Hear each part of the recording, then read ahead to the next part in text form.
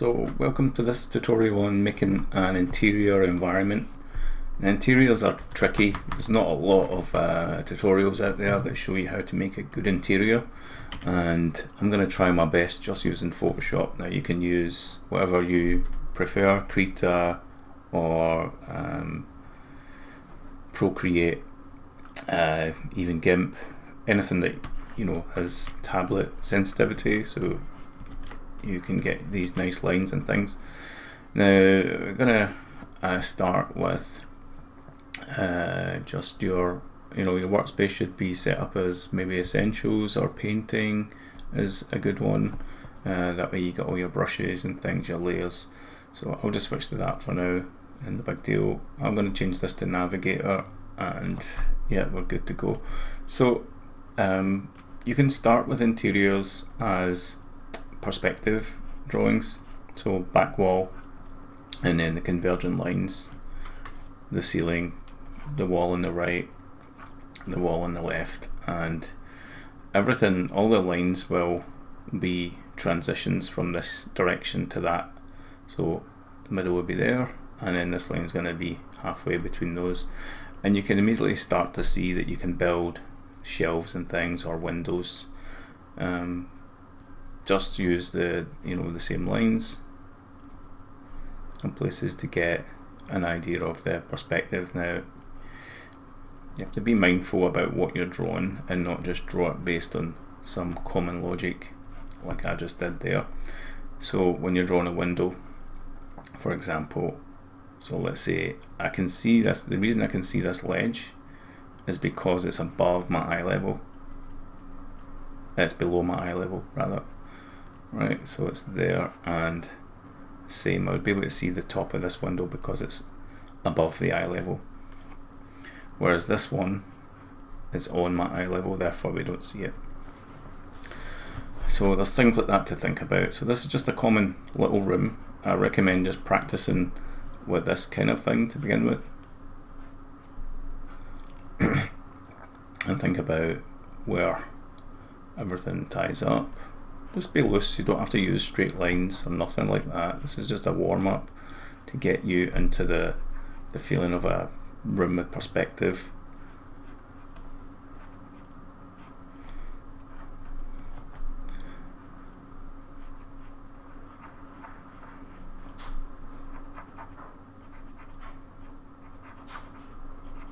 Look how all the lines converge all the time.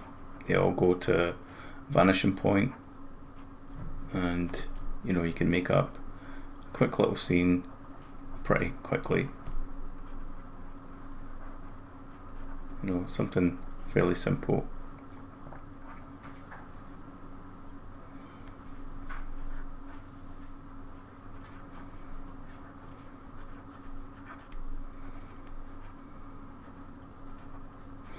So the three rules here is your vanishing point, everything going towards, if you've noticed, all the lines seem to go towards this singular point which is on your eye level, right? And your verticals and horizontals. That's basically it. Single point perspective is pretty nice for that kind of thing. Okay, so I'm going to make a new layer and fill it with white. Now we're going to try something a bit more tricky. So we'll do an isometric view. Now you can buy isometric grid paper and just use that. That will give you all you need. It'll be full of this shape again and again, and it makes it easier to block things out and work out where things go and shapes and stuff.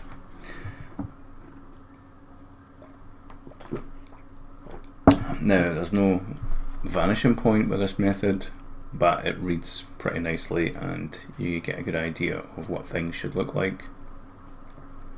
All you've got is your verticals, your diagonals this way and diagonals that way, and you just block things out. Very readable, easy for a 3D artist or environment artist to use this. The only thing it doesn't really give you is a sense of scale and composition so well as other views, especially top down. Like, so a top down view, you can really plan where things go, the shape things make, and what space you've got left if you've got a door that needs to open. And you know, having a little plan view is a good idea, and you can then sort of turn that into 3D by making the shapes flatter. So notice how the shape is nice and round, but because of this tilted view, it gets flatter. Just think of it as you look at the top of a cube, and as you rotate the cube to see that face, this shape is going to get flatter, and to the point it's at, you know, the top. And now you're looking at the side again, like a Rubik's Cube. Okay, so you start to, you know, you can see how the scale here doesn't match this. I would have to rework things like that. That's only if I had a plan view. So isometric is quite nice for that reason. So I'll go for a third method.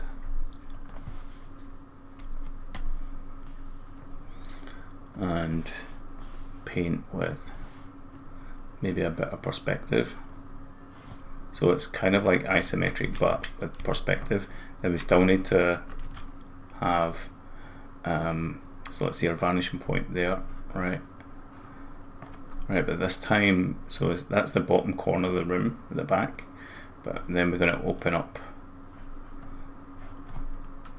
like this, so it's kind of, they're kind of converging outwards, right? Everything's kind of going outwards from that, and that gives us that high field of view or wide angle lens feeling. And same idea, you'll have the lines transitioning between each, like that, and then you can use that to work out where things go. You get lots of distortion in this, but it gives you a lot of style and character. You know, it depends what you're making, why you would choose an angle like this as well, like some kind of throne or something.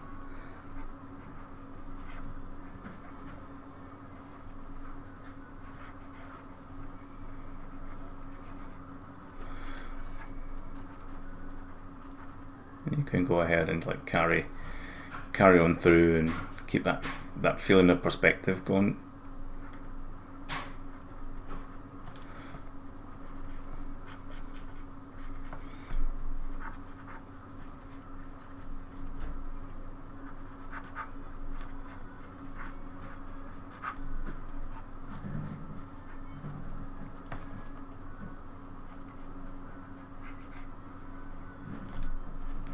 Right, so you can do that sort of thing.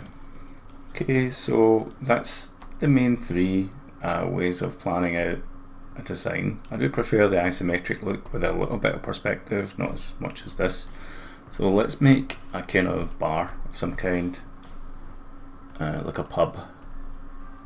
So we've got our main shape, big long area for the bar, and bring this towards us for the perspective, right? So you can see already our vanishing point is going to be way over here somewhere, and where these meet, that's your eye level, right? That's your eye level, so that's handy. Now if I draw the verticals, I know that if I draw a line here to the eye level, that gives me the direction of this shelf or whatever it might be. Right, maybe I want a little return wall here, so I'm just going to guesstimate that. I don't really have a vanishing point over there just yet, and it's maybe miles away, so I'll just use what I can see here to estimate what that looks like. Anything going this way can meet the yeah, something like that. Okay, so maybe there's you got your bar space here. So I'll just do it from the ground view. Let's say that's the bar top. Let's say there's an exit or entrance there and here, so the staff can come in and out and serve drinks. And just carry on doing stuff like maybe a little shelf there at the back. Maybe got their registers here, a couple of registers. We've got modern ones or old ones, don't know. Maybe it's some sort of divider.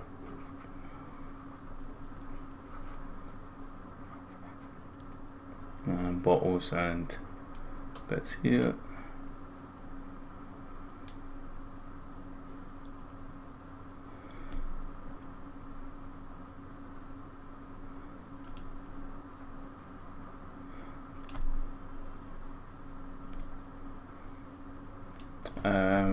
Does help if you've worked in a bar to know some of the stuff that you see there, or get reference of that thing that I have worked in a bar, so I'm using my memory of that. Although it wouldn't hurt to get reference if I need it. Okay, so there's our bar. Let's make a nice little profile to that.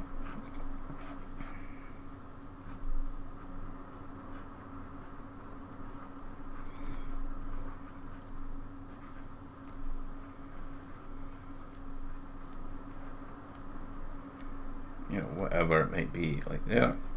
And maybe there's loads of bottles up here.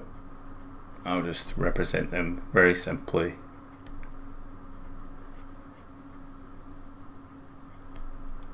Doesn't have to be a perfect bottle shape, just suggestions of what's up there.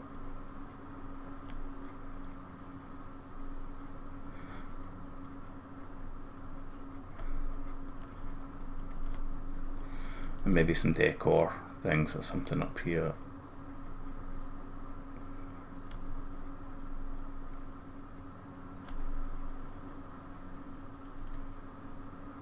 Things getting a little bit smaller towards this point and bigger the closer they are. Okay, so we got that. Maybe there's a staff room, staff doorway here or something, staff only. And could be towards the kitchen. A little stopper there for the door, a little kick plate, fire extinguisher sitting here just because we need quick access to that. Maybe there's a fire blanket here or first aid kit and bits like that there. Okay, so it's starting to look quite nice, quite busy. We need some beer mats and some I forget what you call them, pullers. I have no idea what you call these, pint puller lever things. I used to know the name of them, but I don't know the name of them now. It's escaped me. Feel free to fill in the blanks, but yeah, I can do a little things like that, and a couple up here.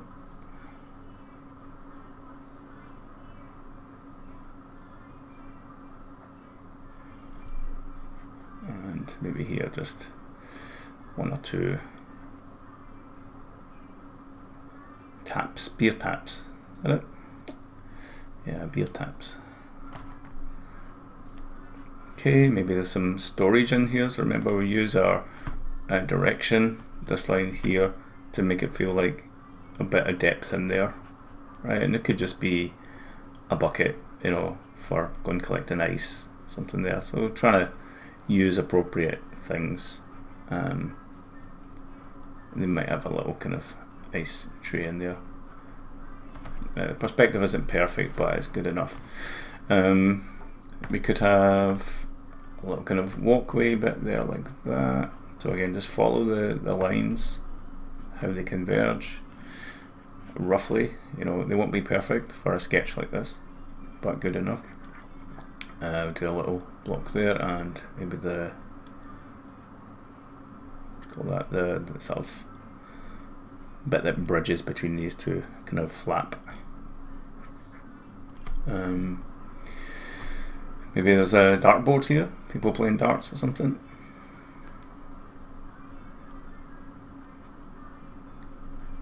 My best drawing of a dartboard, and we won't do people just yet, this is just an environment design. So a little dartboard there, and maybe a little table. for people who are playing darts to put their drinks. Scoreboard. Oh yeah, they tend to sort of open up like that, don't they?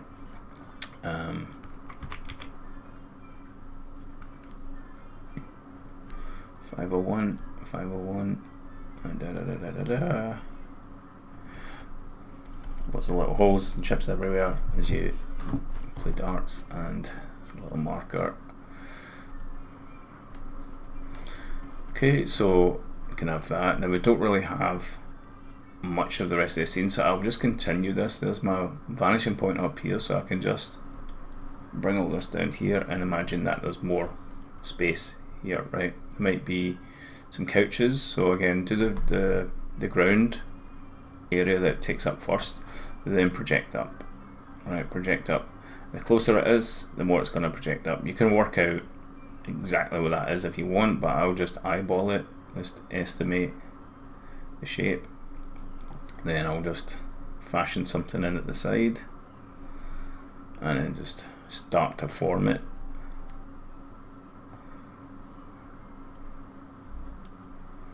Bit like that, and you know, it could be a solid wood with some padding on it. They need these things to last, right? It's not going to be super comfortable,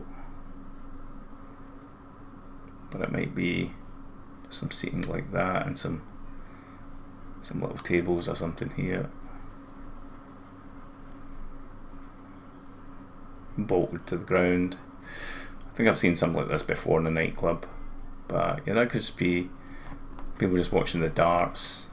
There might be TV up here for showing some football.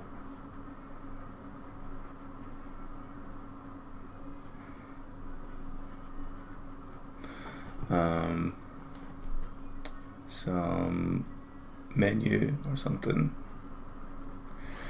and then over here could be some signs for like toilets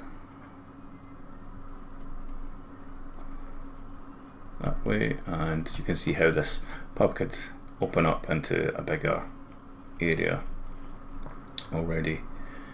And maybe this is a tiled floor here, so I just follow the lines and try to get a bit of perspective in.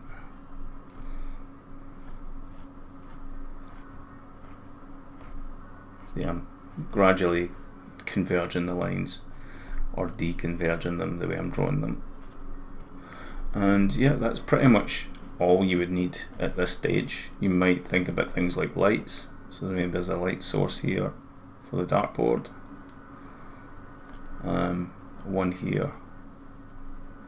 Maybe there's lights over the bar, which you often see, so coming from the ceiling. Just remember to follow the perspective a little bit, the converging line. Right, I've drawn them a little bit heavier just to show them in the foreground, so you always start with further away things and work your way towards the foreground. And there you go, there's a kind of bar area done in no time that you could start to work on more detail, do some colour ideas and things like that. That's it for this tutorial. I hope you enjoyed it, and I'd love to see what you make. If you want more information about perspective drawing and all these things, I've got a Learning to Draw series 1 and 2 on ArtStation for less than the price of a coffee, and I recommend that if you're starting to draw. Thanks for watching. Bye.